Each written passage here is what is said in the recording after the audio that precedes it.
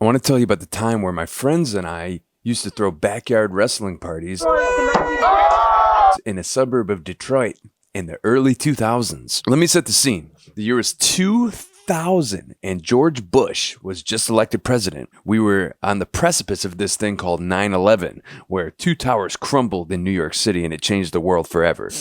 Anyway, I was in art school and I was like, fuck this. I don't want to do this. I want to be in a rock band. So I thought to myself, yeah, I'm going to quit art school and I'm going to be in a famous rock band. It's going to be that simple. And at the time when I was going to art school, I was living in my mom's house. She didn't live there, but she owned it and she was renting it out to me and my college friends. We got the idea, why don't we throw a bunch of backyard wrestling / rock and roll shows in the basement of this house, which we called Thunderdome. I had this band Downtown Brown and it had just started and we would play in the basement and then all of a sudden our set would get interrupted by one of the backyard wrestlers and then a fight would break out. Everyone would just go up the basement stairs and into the backyard where there would be a death match extravaganza.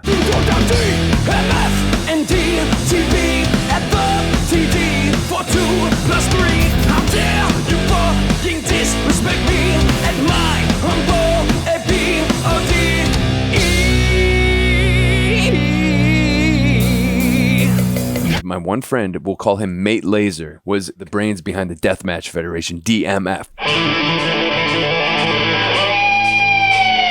And we are Downtown Brown, my band Downtown Brown, DTB, DMF and DTB at the Thunderdome, TD for 2 + 3. That's $5. That's how much we would charge at the back door. This was before smartphones. This is before the internet. This is when we used to make paper flyers and we would go to Kinko's and we would cut those fuckers up. We wouldn't put them on MySpace because MySpace didn't exist either. So we would make physical flyers and we would go to shows and we would promote these house parties. Our basement would fill up and we would make this jungle juice called Tropical Jesus. We had a lighting rig and we had all types of fucking graffiti. Like we pretty much ruined my mom's house. And what's funny is 20 years later, that graffiti is still there. It was one of the most amazing times of my life. In my mind, I thought, okay, I'm going to start this band and we're going to get famous.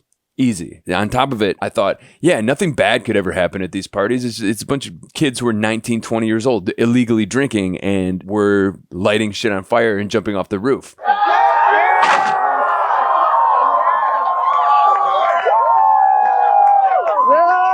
It's crazy to think that that was the beginning of my adult life. I was very excited to be alive and I was very excited to be in a fucking weird rock band. My band is about to celebrate its 20th anniversary on Friday, September 3rd, which I think everyone should go. It's not in Detroit. It's in Ferndale. It's in Ferndale, Michigan, at a place called The Loving Touch. And tickets are on sale now.